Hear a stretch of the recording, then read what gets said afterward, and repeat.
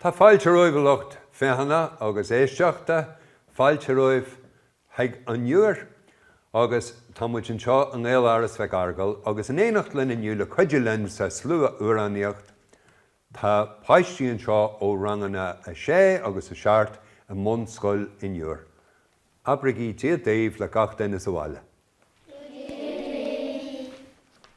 Nes, an chéadúr an a bheits agan inniu na báidín eilimi, seo ceonta na huaran mhóra a gúige olú, agus in sin sé scéal eilimi. Iascar a bhí an, agus beagreach leis dolamach go dolamachar an airige ahan lá, agus beagreach leis dolasteach go góla i gcéascarach, agus bhí ahan rud go bra, agus beagreach leis neis a rís dul go tóirí, a láhhain hanig stem agus breisiú an báid. Agus seo an scéal. Báidín eilimi.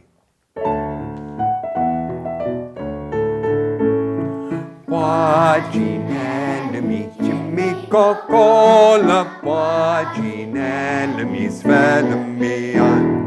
Báidín eilimi, Jimmy go góla, báidín eilimi, svelimi an. Báidín bída, báidín beosach, báidín bóia, báidín eilimi, báidín díreach, báidín jontach, báidín eilimi, svelimi an.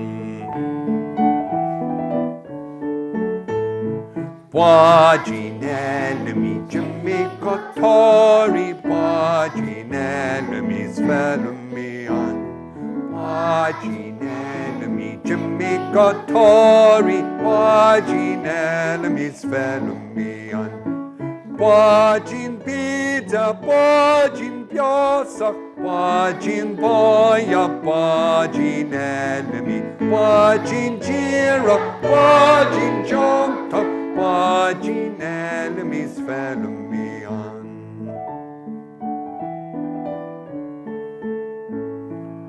Báidín eilimi, Jim Shuetóirí, báidín eilimi, svelimi an.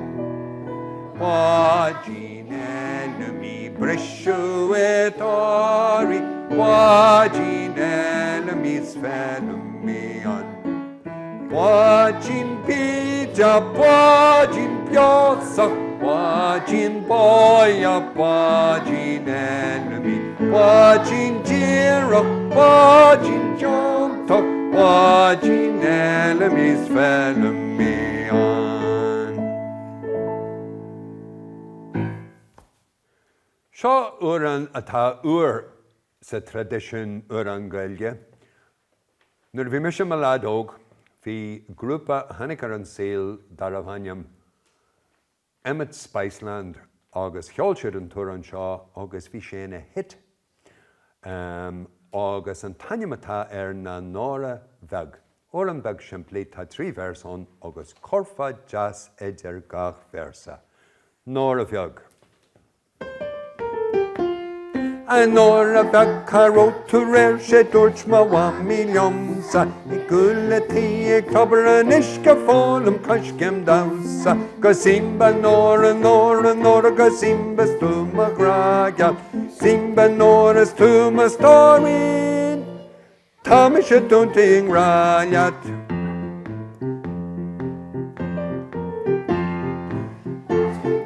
Pisha goes pónar bachelor nóra brandy Bachelor Nora Prati Rostas Tisa Nora and Timyo Gasimba Nora Nora Nora Gasimba Stuma Gragal Shimba Nora Stuma Storin Tamisha Tunting Ralyat Lilla Tushkin Horhen Orguna Allen Verhen Fushki Teagos Briskis Vainagol Kjol Galalyat Simba Nora Nora Nora ga Simba Stuma Gragal Shimba Nora Stuma Storin Tamisha Tunting Ralyat. Come by. Cúpla blian ó hennar bhí me sé me ládóg. Scríb fear dar a bhainneam Leo Maguire uaran Alan Berla dar a bhainneam The Whistling Gypsy. agus an sin prunsis muonaí, fear as gidóir, fear conalach, fear mór iireachtais, a bhí ina uachtarán an iireachtas, daistriigh seisiún go gailge agus an tainematá ná an spalpín fánach.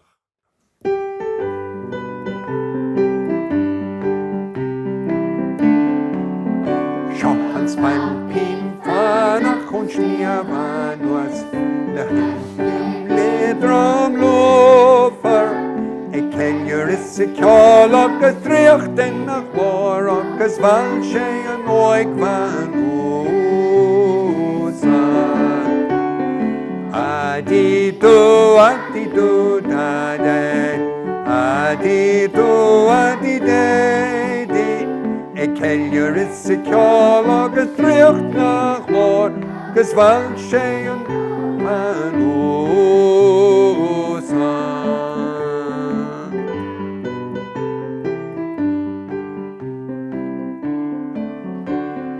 Dag shisha tach ahar en Dag shisha gaeltas carja Reg shisha fara mi lucha le Agus lian shi an spalpin fwana Adi-do, adi-do, adi-do, adi-day-day Reg shisha fara mi lucha le Agus lian shi an spalpin fwana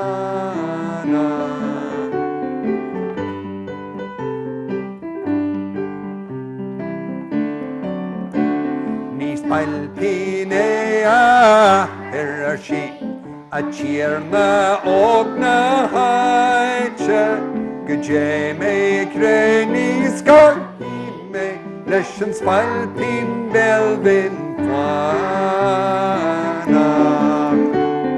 Adi-do, adi-do, da-day Adi-do, adi-day Go dé mé Granny Scotty me leis an belvin fánach.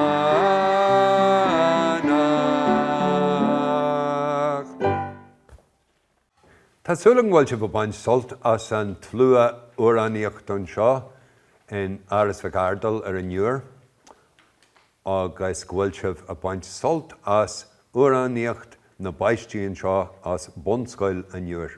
An chéad uair eile bheits agan ná an dord féine. Seo uair a scríb Ray Mac Mánais, agus scríb sé sa bhliain 1960. Ribh an éirí amach, agus scríb sé chun daoine bhealú le bheith páirteach in san éirí amach. Óró sé de bhathmhaile sin an chéad lína agus sin an grátheideal a bhíon ag daoine Mar sin, ceola muid inis, Óró sé de bhathmhaile.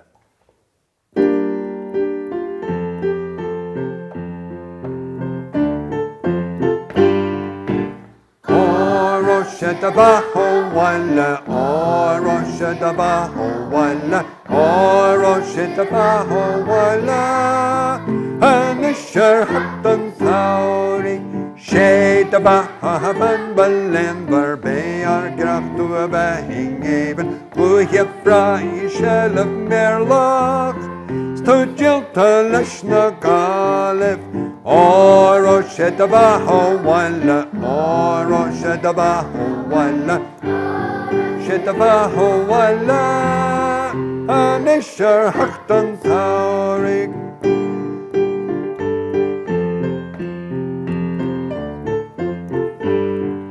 Tá grain bhfuil a teachtar saile óglí garam hallé mar carta Ghaile théanas na ghail na Spáinní agus chuir siad ruaig ar cháilibh Óró sé de bhathmhaile, óró sé de bhathmhaile, óró sé de bhathmhaile, Anis sé hat an tOirí.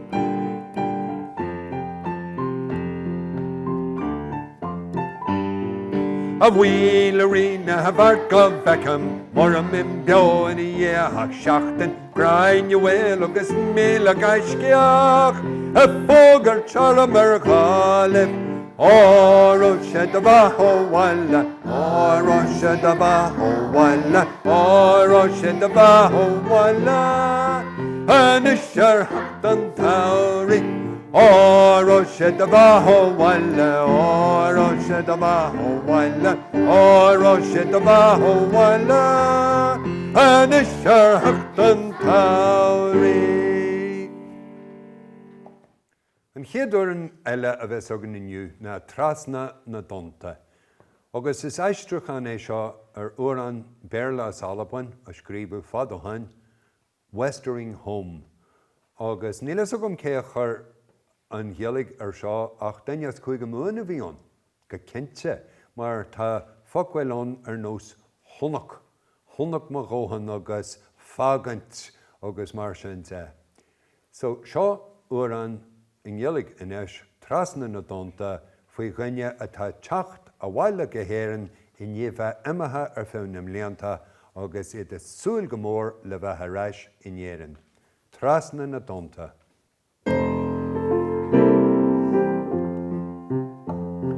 Trasna na donta gol siar leis an uignas is slán leis an ghian. Gialí machrí agus gialé an ghrian, gial bheith filla go héireann. Tháinig má ghóhan de hiartha I géin, ór agus airí gid sebras an tail. Éiríonn an críanum le brac ó gach lé, smeidreidem le dúiche má waintir. Trasna na donta gol siar, slán leis an uignas is slán leis an ghian. Gialé machrí agus gialé an ghrian, gial bheith filla go héireann. Tháinig má ghóhan de hiartha géin, ór agus airí gid sebras an tail. Éiríonn an críanum le brac de gach le, smeidreidem le dúiche má waintir. Trasna na donta dul siar, slán leis an uignas is slán leis an ghrian. Agus gialí an ghrian, gial bheith filla go héireann. Rinse sé cáte machrí, fáilte as féine bes Rómar gach tíl, Againn an tíl seo sin clímar an brí, gur leo sin a hínsper I gilme. Trasna na donta dul siar, slán leis an uignas is slán leis an ghrian. Gialé machrí agus gialí an ghrian, gial bheith filla go héireann. Trasna na donta dul siar, slán leis an uignas is slán leis an ghian. Gialé machrí agus gialí an ghrian, gial bheith filla go héireann. Seo uaran dar teideal tear a bhaile rú. Agus an rud atá a tarlún san uair an seo ná go bhfuil cailíonón atá lúite le pibere. Tá mamaí géirí arthaí pibere a fósú agus níl sé géirí a fósú. Agus ná bhfuil an ceartaicí. Tá, mar bhfuil sí géirí a fósú tá an ceartaicí gan tailiú leis an rud atá mamaí géirí. So tá sé rá tá do wargu deanta agus tá cailín rá níl má wargu deanta. Seo tear a bhaile rú.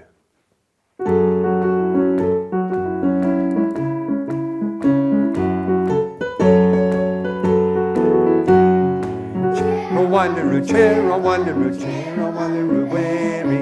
Chair a wallaroo's fancy on a marta, do wargu deanta. Chair a wallaroo, very. Chair a wallaroo's fancy on a marta, do wargu deanta. Come a kayin a very, is come a kayin an owner yan marta, do wargu deanta. Chair a wallaroo, very. Chair a Waller is fun, so Walla Marta, the Warga Janta. Possa paper a berry, Possa paper a dust, na he is beshe, Ogatar Margin. Waller chair, Waller chair, Waller very, chair, Waller is fun, so Walla Marta, the Warga Janta. Tad o Warrigan, Waller chair, Waller chair, Waller very, chair, Waller is fun, so Walla Marta, the Warga Janta. Chair, Waller chair, Waller very, chair, Waller is fun, so Walla Marta, the Warga Janta. Dólam gach daine inéireann an tuairán seo am éigean in an síl scoile, dearthain. Bei éanach an mhaidhreach agus seo scéal faoi Pháistí atá I géirí dul ag an éanach a gundé chláir agus dear mami go bhfuil sí fós róg agus dear an ghearsach go bhfuil sí sean go leor agus tá mami ar níl tú a deich fós gan tracht ar a héineag nuair a bheits tú trídeag bé tú mór. So seo bei éanach an mhaidhreach. Bei éanach an mhaidhreach I gundé a chláir, bei éanach an mhaidhreach I gundé a chláir, bei éanach an mhaidhreach I gundé a chláir, cén bhaid tú déanaí bé mé an, sa bhaithrína ligge tú chun éanaí mé, sa bhaithrína ligge tú chun éanaí mé, sa bhaithrína ligge tú chun éanaí mé. A bhairnín óg na héadí gang, níl tú a deich na a hindeach fós, níl tú a deich na a hindeach fós, níl tú a deich na a hindeach fós, nar bheits tú trídeach bé tú mór. Sa bhaithrína ligge tú chun éanaí mé, sa bhaithrína ligge tú chun éanaí mé, sa bhaithrína ligge tú chun éanaí mé. Ní nóg na héanaí gang, barliom hen ma gresí brog, barliom hen ma gresí brog, barliom ma gresí brog, na effi gach arm lasí or. Sa bhaithrína ligge tú chun éanaí mé, sa bhaithrína ligge tú chun éanaí mé, sa bhaithrína ligge tú chun éanaí mé. A bhfuair ní nóg na héanaí gang, sa bhaithrína ligge tú chun éanaí mé, sa bhaithrína ligge tú chun éanaí mé, sa bhaithrína ligge tú chun éanaí mé. A bhfuair ní nóg na héanaí gang. Tá muid go le chur críoch leis an seisiún Slua-Amhránaíochta seo le ceann na huairán is ansa le Pháistí ar fud na hÉireann sin pegín litir mór. Agus seo scéal faoi chalín a litir mór ag an Namara a bhí níos aile na duinear bí heile ar an dóin mór. Agus an taine a bhíar hí ná pegín. So seo pegín litir mór.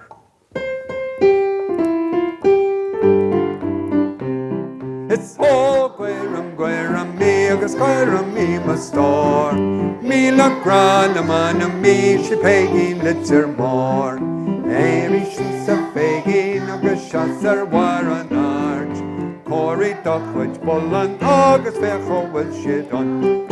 Oh gweram me ma star. Me la gran a man a me she pegin litter more. Gom tak kaitcher gom she pagan van is far. Per be fari yo was seen the hair of Besanta. Oh gairam me agus gairam me must star. Me look grand man of me she pagin litter more. Her mishkiel a sheer ha kiga gano jeep what more. Shen skiel a hershey near ha gom ganyan un yab what shot. So gairam me agus gairam me must star. Me look grand man of me she pagin litter more. Ta ieskarina gaile ve chachtan der la cor. Le solis gale gille nog of vegetation jod. So gairam me agus gairam me must star. Me look grand man of me she pagin litter more. a mí agus cuir a mí le stór. Míle grán am an mí se pegí litir mór. Gur a míle maithe goibh a Pháistí agus gur a míle maithe goibh se sa bhaile.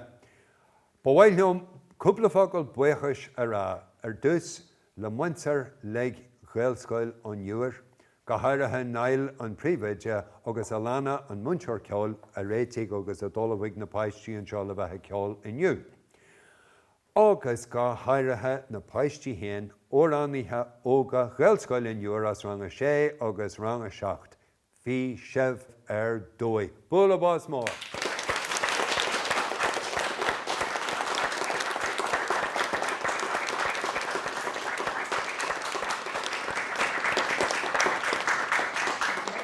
Gur maithe go bhar fad agus únear fad sa chéal áras ar an Iúir. Gur maithe go Slán agus Bánach.